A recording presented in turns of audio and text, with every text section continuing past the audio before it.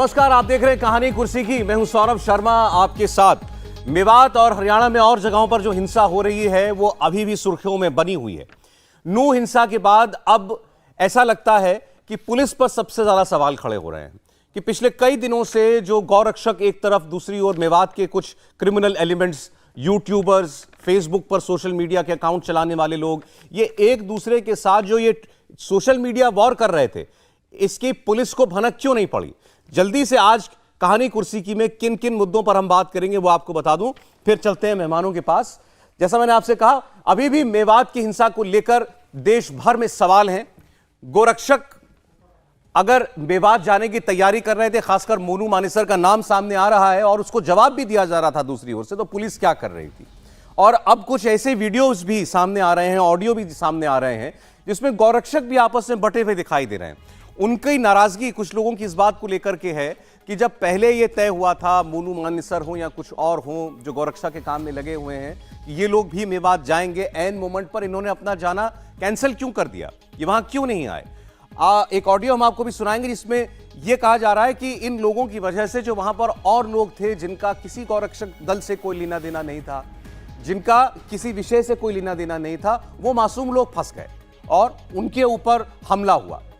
दूसरी एक पॉलिटिकल खबर बिहार से है। एक वीडियो बड़ी तेजी से वायरल हो रहा है जिसमें राबड़ी देवी अपने घर के अंदर एक ताजिए की पूजा कर रही है। मुहर्रम का जो ताजिया होता है उसकी वो पूजा कर रही हैं। इसको लेकर वहां बीजेपी ने अब बाकायदा कार्रवाई करने की मांग की है पुलिस से और कहा है कि ये उनके सरकारी आवास के अंदर हथियार लेकर ताजिया निकालने वाले लोग गए हैं। लालू यादव भी वहां बैठे हुए हैं और इस पर कार्रवाई की जानी चाहिए। और जाति जनगणना को लेकर तो वहां बीजेपी वैसे ही फंसी हुई महसूस कर रही है अपने आप को, उस पर भी हम बात करेंगे।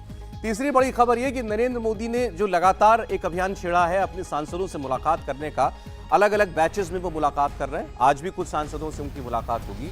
अभी तक जिनसे मिले उसका कुछ और ब्यौरा निकल करके सामने आया और नरेंद्र मोदी ने उनसे ये कहा कि मोदी और मंदिर ये छोड़कर मुझे आप बताइए 3 ऐसे कौन से मुद्दे हैं जो आप जनता के बीच में लेकर के जाएंगे। और बहुत सी बातें उनसे कही हैं, वो आज आपको बताएंगे। मतलब मोदी पूरी तरह 2024 की तैयारी में पर्सनली लग चुके हैं। और चौथा, राजस्थान की सियासत में लाल डायरी का जिन जो है वो बोतल के अंदर नहीं जा रहा है। एक बार फिर राजेंद्र गुड़ा जो बर्खास्त मंत्री हैं, जिन्होंने भ्रष्टाचार के आरोप अशोक गहलोत पर लगाए हैं, फिर उन्होंने कहा कि ये लाल डायरी अगर इसकी जांच हो जाए तो अशोक गहलोत कहीं के नहीं रहेंगे। इसमें सीधे सीधे भ्रष्टाचार के सबूत हैं, नामों के साथ। बात करेंगे उस पर भी, लेकिन पहले मेवात नूह में जो हुई हिंसा उसकी बात करते हैं। क्या पुलिस ने लापरवाही की? अब उप मुख्यमंत्री दुष्यंत चौटाला ये भी कह रहे हैं कि जो आयोजक थे इस रैली के, यानी विश्व हिंदू परिषद और बजरंग दल, इन्होंने हमको इस रैली में शामिल होने वाले लोगों की, इस यात्रा में शामिल होने वाले लोगों की संख्या की सही जानकारी नहीं दी, इसलिए हम बंदोबस्त नहीं कर पाए। इस पर क्या यकीन किया जा सकता है? दूसरा, क्या वहां जो हुआ उसकी तैयारी और उसका माहौल कई दिनों से बन रहा था? यूट्यूबर्स इस तरफ भी जो गौरक्षक दल में शामिल लोग हैं वो भी दावा कर रहे थे कि हम वहां पर आ रहे हैं, वो भी उकसाने वाली बातें कह रहे थे। और दूसरी ओर से हिंसा की पहले से वार्निंग दी जा रही थी। ये पहले से बताया जा रहा था कि ये लोग आएंगे तो हिंसा होगी, यात्रा आएगी तो उसमें हम गड़बड़ करेंगे, हिंसा होगी। सिलेंडर के वीडियो तक तो जारी कर दिए गए थे सड़कों पर रख करके कि सड़कों पर गैस के सिलेंडर रखे हुए हैं, आ सको तो आओ। तमाम इस तरीके के वीडियोस हैं जिसमें यह बताया गया नाम लेकर के कि यात्रा निकालने वाले लोगों के सबका क्या हश्र किया जाएगा। इस बीच अब कुछ गौरक्षक भी खुद को ठगा हुआ महसूस कर रहे हैं। उनका कहना यह है कि निहत्थे लोग उस यात्रा में शामिल हो गए, वो लोग जो केवल धार्मिक भाव से उस यात्रा में गए थे, और जिन लोगों ने माहौल बनाया कि हम वहां जाएंगे, दल बल के साथ जाएंगे, उनमें से कोई वहां पहुंचा नहीं। तो उस ऑडियो का छोटा सा हिस्सा आप सुनिए, फिर आगे बात करेंगे। जय गौ माता, जय श्री राम। भाइयों, जो ये कल जो कांड हुआ है ना मेवात में, ये किसी मुल्लों ने अपना रूप नहीं दिखाया, ना किसी ने कुछ कराया। ये बड़े बड़े जो अधिकारी हैं, जो बड़े बड़े गोरक्षक हैं, मैं अब खुल के नाम ले देता हूँ, मुझे कोई दिक्कत नहीं है भाई। अपने हेमंत भाई हैं जो मथुरा से कमांडो हैं, हेमंत कमांडो जी, विकास पंडित हैं, गोविंद सिंह डॉक्टर वगैरह हैं, मोनू मानेसर वगैरह हैं। ये सब, एक बात बताओ, ये सब वहाँ रैली में थे। मोनू भाई की पोस्ट गली कि सभी भाई ज़्यादा से ज़्यादा संख्या में वहाँ मेवात पहुँचे, तो मोनू भाई भी नहीं आया वहाँ पे। ठीक है भाई, मोनू भाई तो था ही नहीं वहाँ पे। उनकी वजह से, इन सब की वजह से अपने मासूम भाई मारे गए हैं, अपनी बहन बेटी वहाँ फंसी रही, अपने मासूम बच्चे वहाँ मारे गए। तो भाई ये बड़े बड़े अधिकारी लोग कहाँ गए थे? विकास पंडित जी भी रैली में नहीं थे, ना हेमंत भाई रैली में थे, वहाँ तो रैली में कोई भी नहीं था। भाई मरे वो लोग हैं जो कोई किसी का मतलब ही नहीं है इन चीज़ों से, वो लोग मरे हैं। और जिनका मतलब है वो लोग तो वहाँ पहुँचे ही नहीं है रैली में, केवल हल्ला मचा दी, हवाबाजी कर दी। तो ये एक पक्ष है। दूसरा, दुष्यंत चौटाला कहते हैं कि सरकार को जानकारी नहीं दी गई थी कितने लोग आएंगे।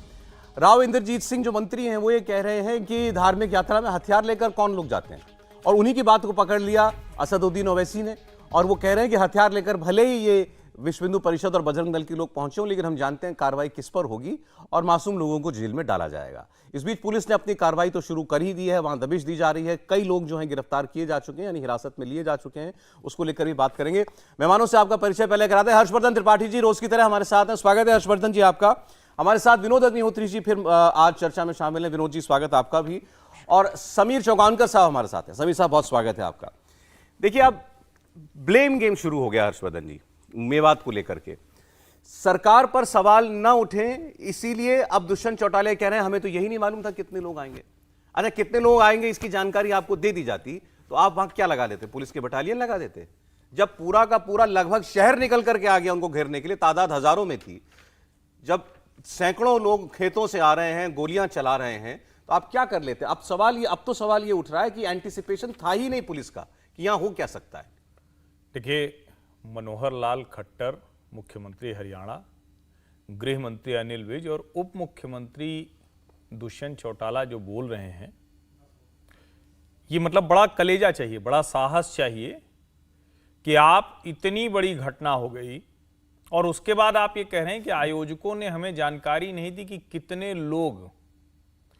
अब इसको किस तरह से देखें? क्या लोग बहुत बड़ी भीड़ होती तब वहां हमला नहीं हुआ होता, या कम भीड़ होती तो और बुरी तरह से हमला हो गया होता? इसमें सारे किंतु परंतु, मैं कह रहा हूं आगे पीछे की घटनाओं की बात करनी ही नहीं चाहिए। ये जो यात्रा है, ये यात्रा प्रतिवर्ष निकलती थी, इस बार भी निकली। जिस रास्ते से निकलनी थी वो रास्ता पता था। अब इसके बाद इतने संवेदनशील इलाके में अगर हरियाणा की पुलिस, हरियाणा की सरकार व्यवस्था नहीं कर पाई तो ये इनका निकम्मापन है, नकारापन है। और उस नकारापन को ये इस तरह की गोल गोल बातों से ढकना चाह रहे हैं। अभी मुझे बड़ा आश्चर्य हो रहा है, बार बार ये कहा जा रहा है, और जैसे अभी एक ऑडियो सुनाई दिया, ऐसे ढेर सारे ऑडियो हैं, बहुत सा कुछ कहा जा रहा है, लेकिन एक लाइन की बात क्या है? वो बात यह है कि उस इलाके में पहले से इस तरह की घटनाओं की आशंका रही है, पहले भी होती रही। उस इलाके के अपराधियों ने बाकायदा यूट्यूब के जरिए, फेसबुक के जरिए, अलग अलग प्लेटफॉर्म के जरिए धमकियां दी हैं, जो दोनों तरफ से कहा गया अगर पुलिस मोनू मानेसर को नहीं पकड़ पाई और उन अपराधियों को नहीं पकड़ पाई तो ये किसकी जिम्मेदारी होगी? जो लोग अपनी जान गंवा बैठे वो क्या ये सुनेंगे कि पुलिस प्रशासन और सरकार इसका इंतजाम नहीं कर पाए? और सबसे बड़ी जो बात है कि वो आप उस इलाकों को देखिए जहां ये घटना हुई है, ये तो बहुत बड़ी साजिश है। यानी एक ऐसे स्थान पर जहां आप चारों तरफ ऊंचाई से बैठे हुए हैं, ये हम युद्ध वगैरह में सुनते थे कि सीमाओं पर किसी दूसरे देश की सेना जो है वो ऊंचाई पर है और नीचे वाले को पत्थर मारेगी तो भी गोली जैसा लगेगा। यहां ऑटोमेटेड राइफल से गोलियां चलती हुई दिख रही। और इस सब के बावजूद अगर हरियाणा पुलिस सरकार ये बहानेबाजी कर रही है तो ये विशुद्ध नकारापन है। इसके अलावा क्या है? शर्म आती है ऐसी सरकार और ऐसे प्रशासन पर। ये जो ऑडियो हमने सुनाया, ये दरअसल सरकार के ऊपर सवाल है। ये सब कुछ वो अब खुद लोग बता रहे हैं कि पहले आप लोगों ने इतना माहौल बनाया था कि आएंगे, वो उनका अपना, उनके आपसी, उनका गौरक्षकों का जो है एक घटक दल का जो है उनकी निराशा है कि आप लोग बड़े बड़े लोग जो दावा करते थे वो आएंगे। लेकिन ये क्या बता रहा है विरोध जी? बता ये रहा है देखिए, तैयारी दोनों तरफ से थी।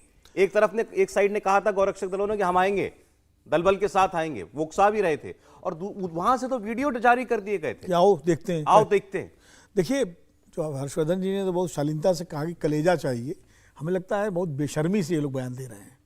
हरियाणा के जो उप मुख्यमंत्री और होम मिनिस्टर और मुख्यमंत्री, ये जो इलाका है ये पहले से बॉइलिंग पॉइंट पर है, आज से नहीं है, ये काफ़ी लंबे समय से बॉइलिंग पॉइंट पर। जिस तरह की वहाँ गतिविधियाँ हैं, जिस तरह का वहाँ वातावरण है पूरा, और कई बार वहाँ इस तरह की घटनाएं होती रही हैं जिनसे लगता है जब ये चीज़ें सोशल मीडिया पर मौजूद थी, एक तो पुलिस की अपनी इंटेलिजेंस होती है, दूसरा जो सारा आपका साइबर का जो सर्विलेंस होता है वो होता है।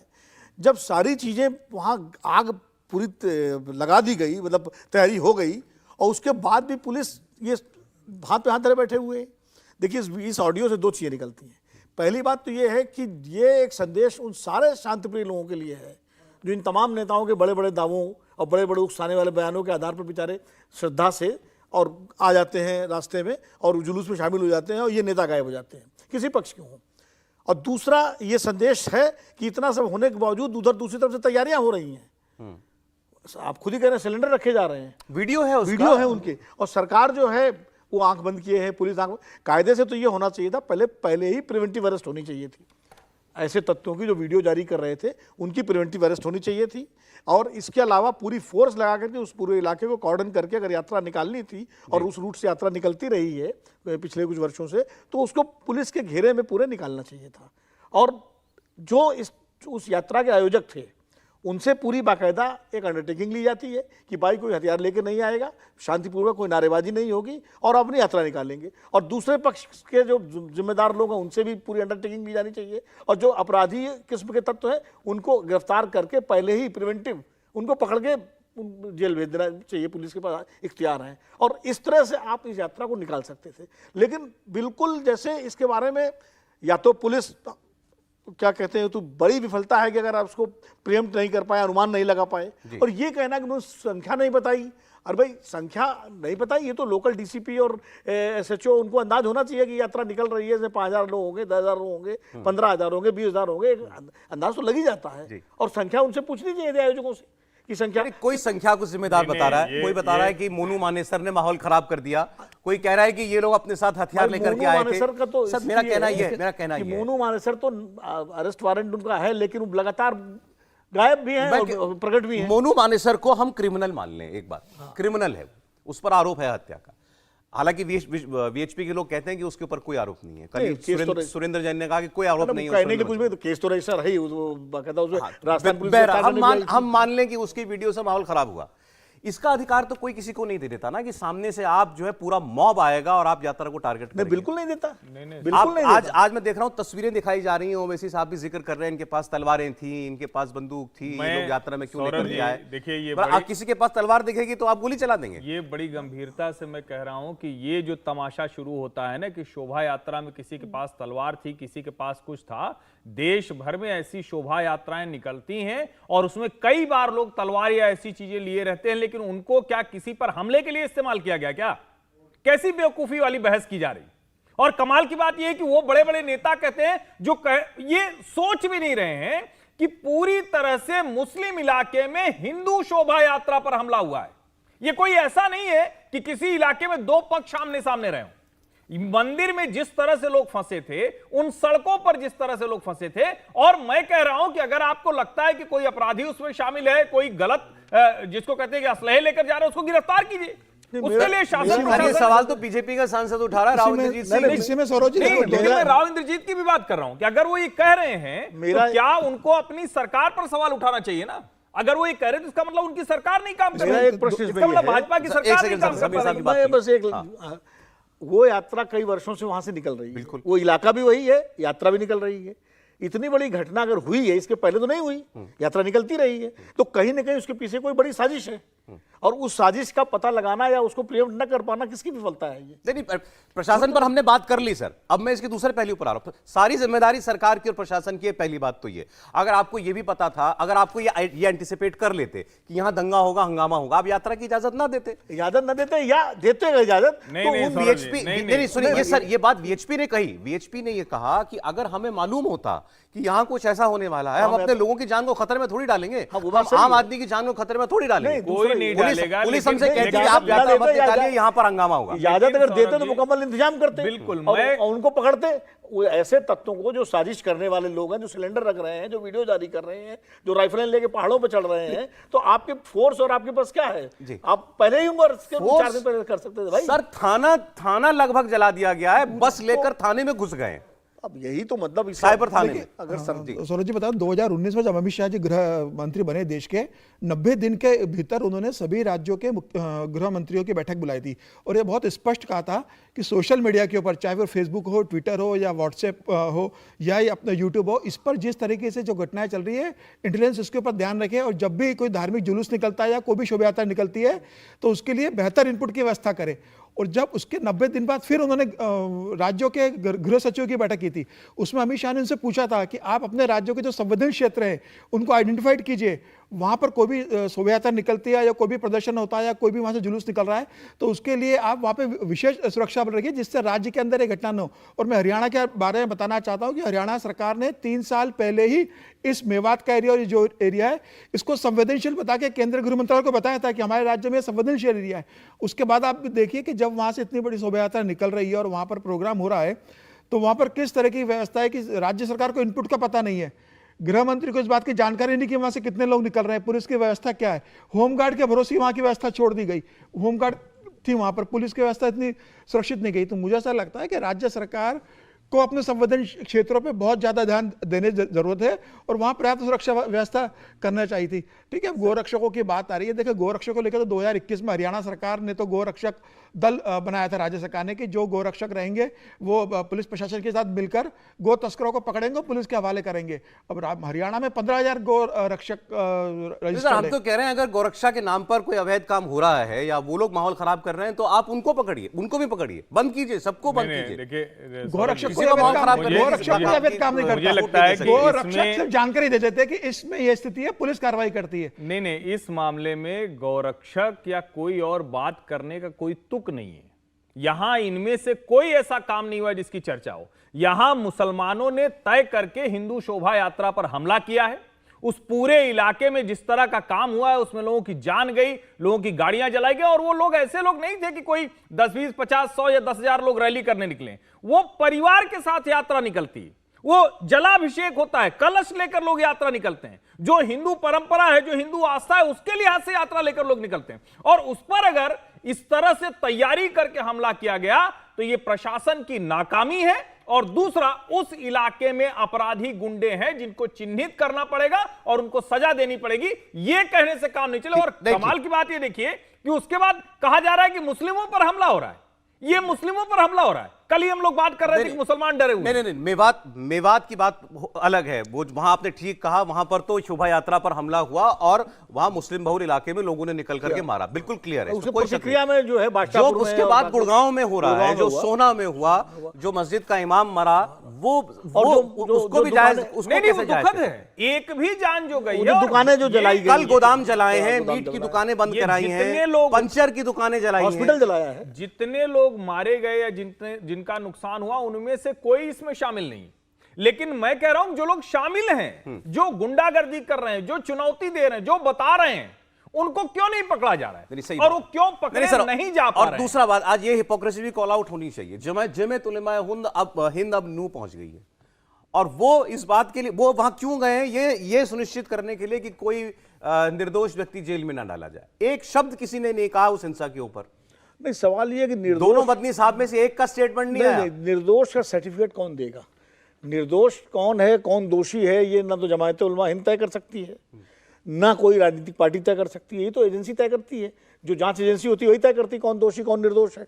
और दूसरी बात यह है कि मान लीजिए पुलिस, देखिए मैं तो इसको कहता हूं कि जब इस तरह की घटनाएं होती हैं तो जाहिर है बड़े पैमाने पर गिरफ्तारियां होती हैं और पुलिस करती है गिरफ्तार, उसमें दोषी भी आते हैं और कई निर्दोष भी आ जाते हैं। सर, इतना बता दूं, वो भी आसानी से नहीं हो रहा है। खबर यह है कि वहां पर एसपी जो है दबिश दे रहे हैं जगह जगह। एक जगह तो हवाई फायर करना पड़ा है और उसमें रेजिस्टेंस बहुत जबरदस्त रेजिस्टेंस है लोगों को अरेस्ट करने में। मैं यही बार बार कह रहा हूं, उस इलाके में घुसने के लिए पुलिस को, मतलब जिसको कहते हैं ना कि कम से कम 5 थानों की फोर्स लेके क्यों जानी पड़ती है। असली सवाल जो है, वहां इतने लोग गोली चलाते, पत्थर चलाते, पुलिस खड़ी है और छत पर से पत्थर मार रहा है, कह रहा है कि देखो इसको हम औकात दिखा देंगे। ऐसे और ऐसे ऐसे शब्द निकल रहे हैं जिसको आप यहां बोल नहीं सकते। मैं कह रहा हूं उसके बावजूद उनको चिन्हित करके 1 महीने, 2 महीने, 3 महीने की कार्रवाई क्यों प्रशासन नहीं कर रहा है। इंडिया टीवी हर वक्त हर जगह डाउनलोड करने के लिए सर्च करें India TV news Google play store या ऐप स्टोर पर।